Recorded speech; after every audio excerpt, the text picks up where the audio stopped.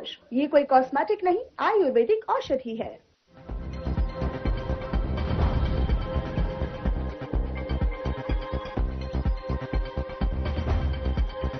National championship आयोजित CM Nayab Singh Saini ने की शिरकत। दिव्यांग खिलाड़ियों की सुविधा के लिए प्रदेश में बनेगा दिव्यांग स्टेडियम।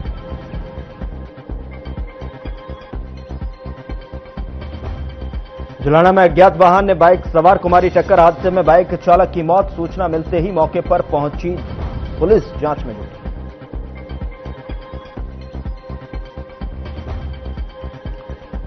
फरीदाबाद के सेक्टर 12 में मां की ममता हुई शर्मसार। कूड़े के ढेर में मिला एक दिन की नवजात बच्ची का शव। मामला दर्ज कर जांच में जुटी।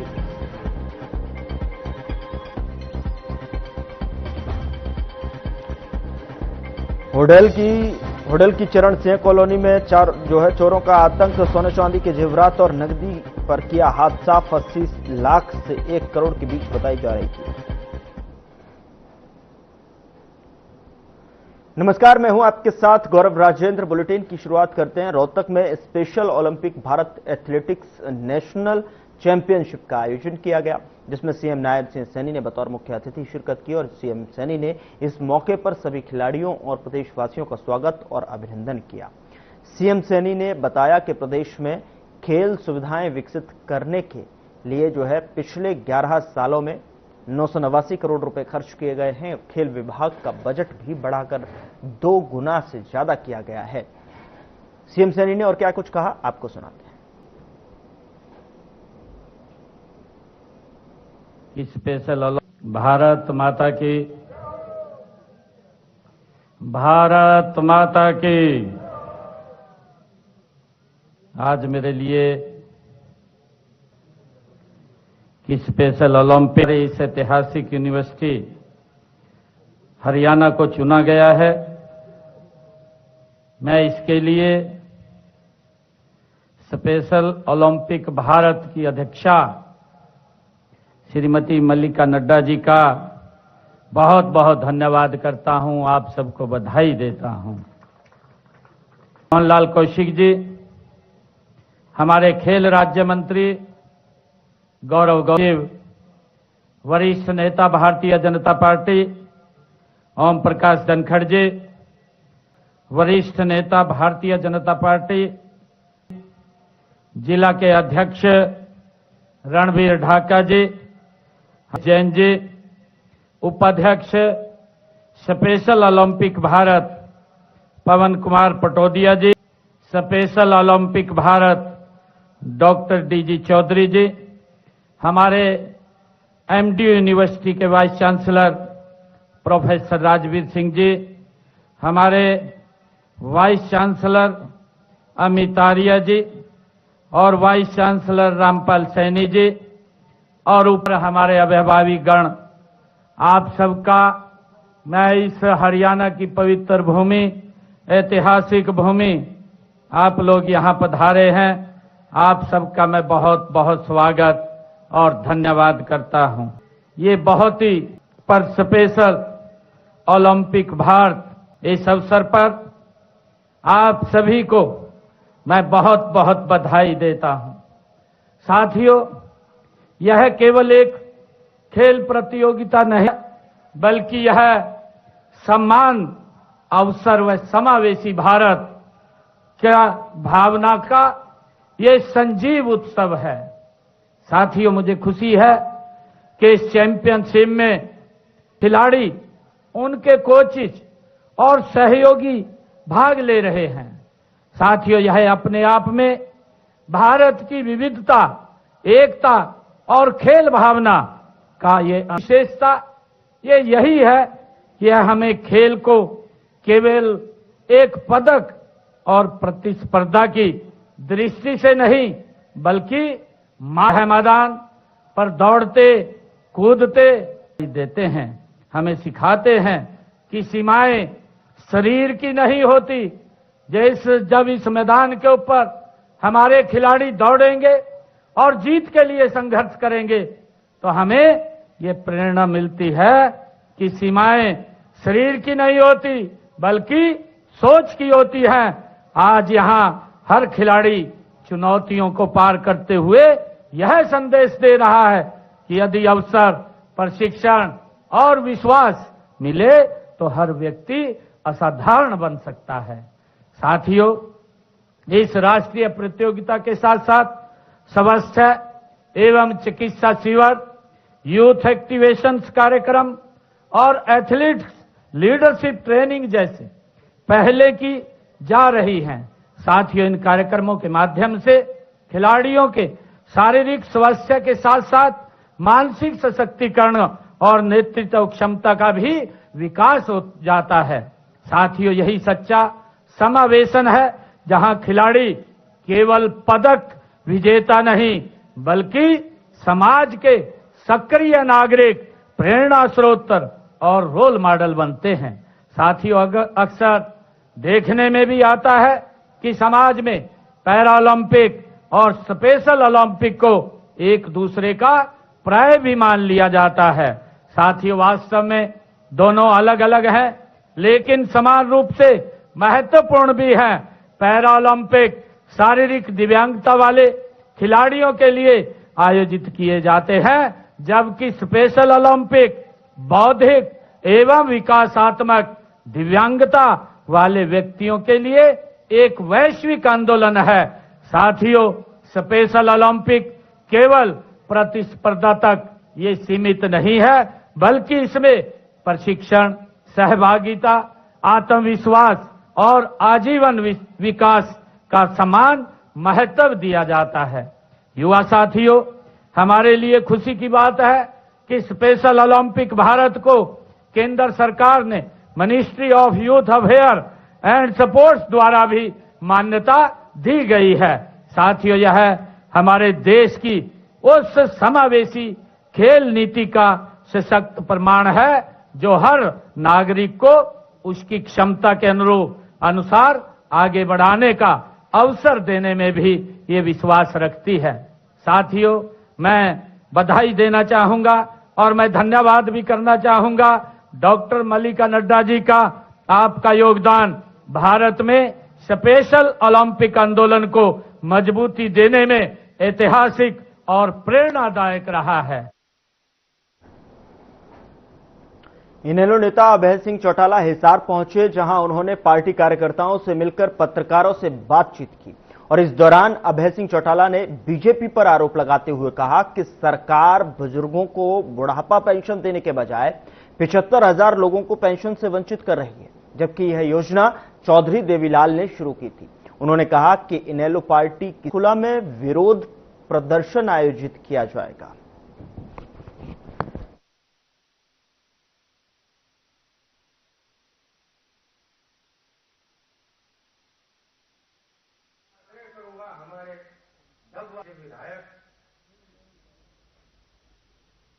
कलेक्टर के नाम से कोई और नाम से नवंबर के महीने में मुख्यमंत्री ने घोषणा करी थी कि पेंशन 3200 रुपए करेंगे। पेंशन 3200 रुपए नवंबर से देनी चाहिए थी। देने की बजाय 75,000 लोगों को पेंशन से वंचित किया जा रहा है। ये पेंशन चौधरी देवीलाल की दी हुई है। हमारी पार्टी ने आज विशेष रूप से इसीलिए मीटिंग बुलाई कि जो सरकार का निर्णय है हम इसका विरोध करेंगे। किसी भी कीमत पर बुजुर्गों को पेंशन से वंचित नहीं होने देंगे। ये पेंशन जब बढ़ाई गई थी तो कोई शर्त नहीं थी इसमें, तब केवल ये लिखा हुआ था कि जिसकी आयु 65 साल हो जाएगी उसको 100 रुपया महीना सम्मान पेंशन मिलेगी। ये 65 वर्ष से कम होती होती 60 वर्ष की उम्र पे आ गई। कलेक्टर के नाम से कोई और नाम। फरीदाबाद के सेक्टर 12 में कूड़े के ढेर से पॉलीथीन में बंद एक दिन की नवजात बच्ची का शव मिलने से सनसनी फैल गई। दरअसल आपको बता दें कि स्थानीय लोगों की सूचना पर पहुंची सेंट्रल थाना पुलिस ने शव को कब्जे में लेकर बादशाह खान सिविल अस्पताल भेज दिया। डॉक्टरों ने बच्ची को मृत घोषित किया, जबकि मौत के कारणों का खुलासा पोस्टमार्टम रिपोर्ट आने के बाद होगा। पुलिस ने अज्ञात माता पिता के खिलाफ मामला दर्ज कर जांच शुरू कर दी।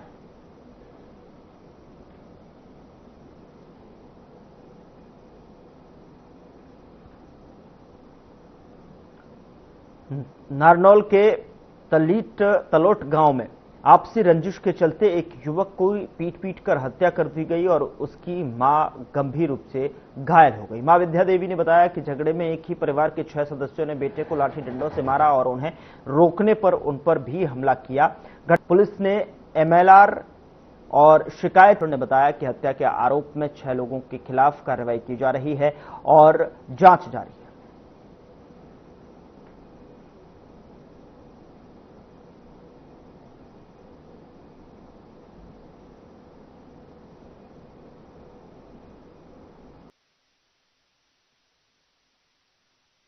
बीती रात तलोट गांव में एक लड़ाई झगड़े में एक हरीश नाम के युवक की मृत्यु हो गई है, जो पुलिस ने तुरंत संज्ञान लेते हुए मुकदमा दर्ज कर दिया है, जिसमें हमने 3 आरोपियों को गिरफ्तार कर लिया है। बाकी 3 आरोपी और इसमें बकाया हैं, इसके लिए हम गिरफ्तार करने के लिए विशेष टीमें गठित कर दी है, जिनको भी शीघ्र गिरफ्तार कर दिया जाएगा।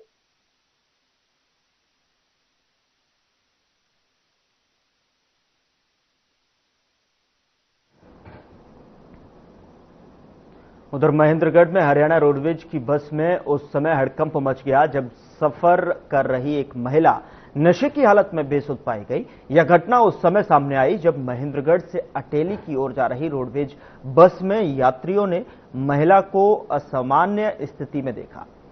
महिला की हालत बिगड़ती देख बस चालक और परिचालक ने तुरंत पुलिस को इसकी सूचना दी। मिली सूचना के आधार पर पुलिस मौके पर पहुंची। जांच के दौरान पुलिस को महिला के पास एक शराब की बोतल मिली है, जिसके बाद पुलिस ने उसकी पहचान के लिए जांच शुरू कर दी है।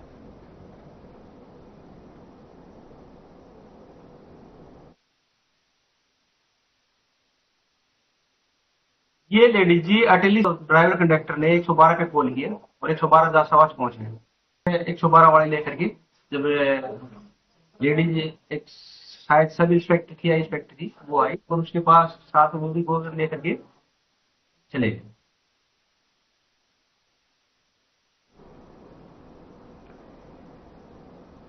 उधर फरीदाबाद के मैनेजर और अन्य कर्मचारियों के खिलाफ करोड़ों की ज्वेलरी संतोषजनक प्रतिक्रिया न मिलने पर बीएनएस की धारा 316, 5 और 61 के तहत मामला दर्ज किया गया। सेंट्रल थाना पुलिस ने जांच शुरू कर दी है और मामले की गहन पड़ताल की जा रही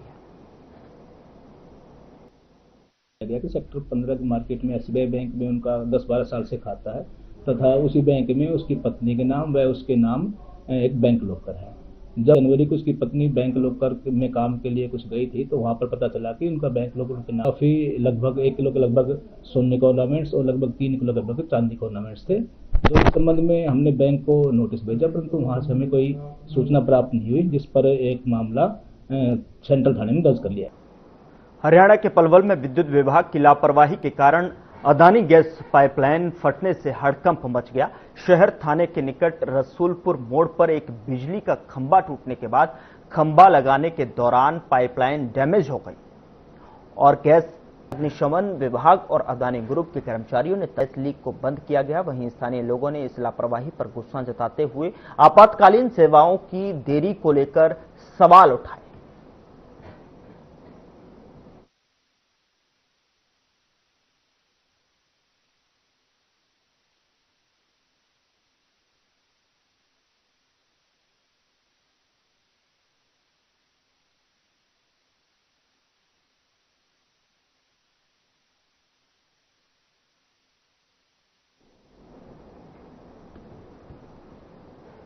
उधर नारनौल में प्रशासन और वकीलों के बीच टकराव बढ़ता जा रहा है। बार एसोसिएशन का एसडीएम के खिलाफ अनिश्चितकालीन धरना तीसरे दिन भी उपमंडल परिसर में जारी है और आपको बता दें कि वकीलों ने एसडीएम विकास यादव के तबादले और चैम्बर बनने तक अस्थायी बैठकने की व्यवस्था है मांग की है। और हांसी बार के पूर्व प्रधान राजकुमार खरब ने आरोप लगाया कि एसडीएम ने वकीलों से अभद्र व्यवहार किया है।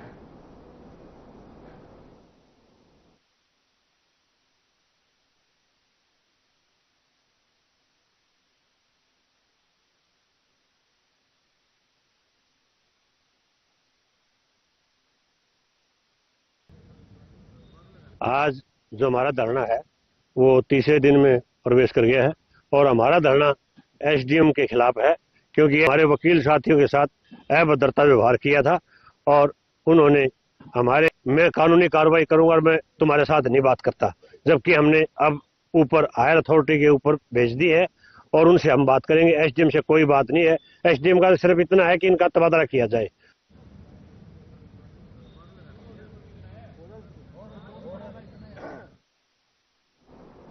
यहां रुक रहे हैं एक छोटे से ब्रेक के लिए। ब्रेक के उस पार खबर।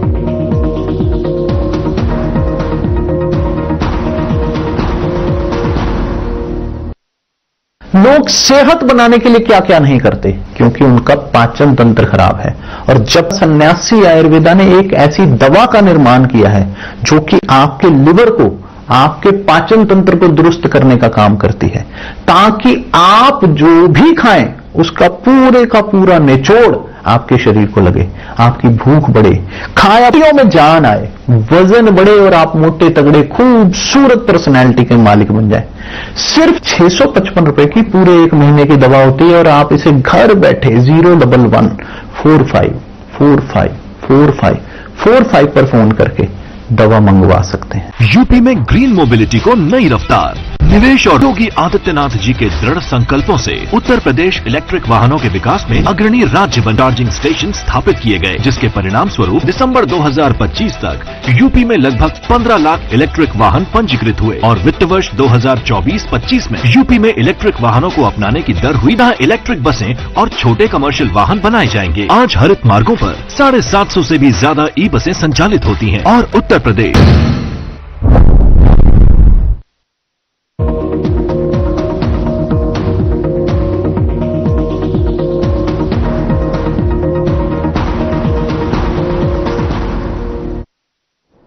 अंडरपास में लगातार जलभराव के कारण 4 गांवों के सैकड़ों किसानों को खेतों तक पहुंचना बंद हो गया है। इससे नाराज किसानों ने तहसील मंत्री के नाम तहसीलदार को ज्ञापन सौंपा। किसानों का कहना है कि फाटक C60 से लेकर C62 की जगह बने अंडरपासों में 4 से 5 फुट तक।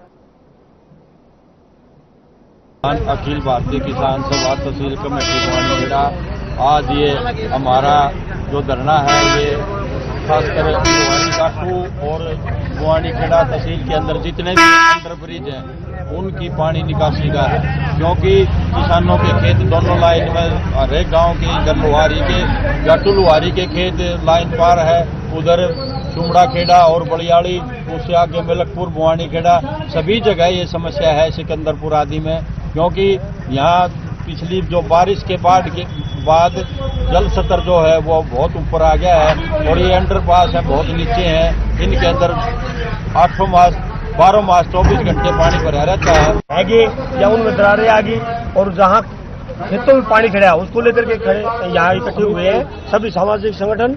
अगर भविष्य की रणनीति हमारी ये रहेगी, अगर समय रहते हमारे स्थानीय विधायक को भी मेरा अल्टीमेटम है, कपूर वाल्मीकि जी को, मेरे छोटे भाई इन लोगों की तकलीफ को सुन लें, नहीं तो गांव-गांव में जाकर के यहाँ तहसील परिसर में लोगों की संख्या इतनी खड़ी कर देंगे कि बुआनीखेड़ा तक उसके घर तक पहुंच जाएंगे। सबसे पहले रेलवे अंडरपास बने हुए हैं तो जाटू लोहारी के खेतों में रेलवे लाइन पर, और 2015 में उनको अंडरपास बनाया। 2015 में 10-11 साल से लगातार हम इस समस्या से परेशान हैं। बार बार विभाग को सूचना कर चुके हैं, तक लगा चुके हैं।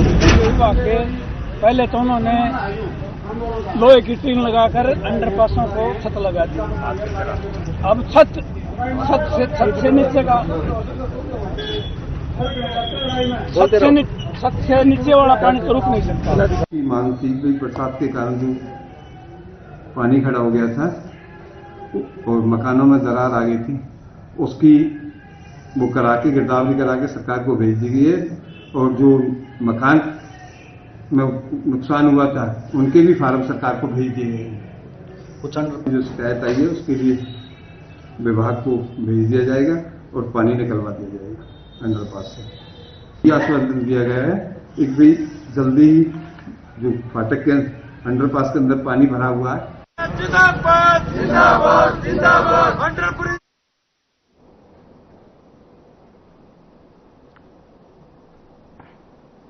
फिलहाल बुलेटिन में इतना ही। नमस्कार।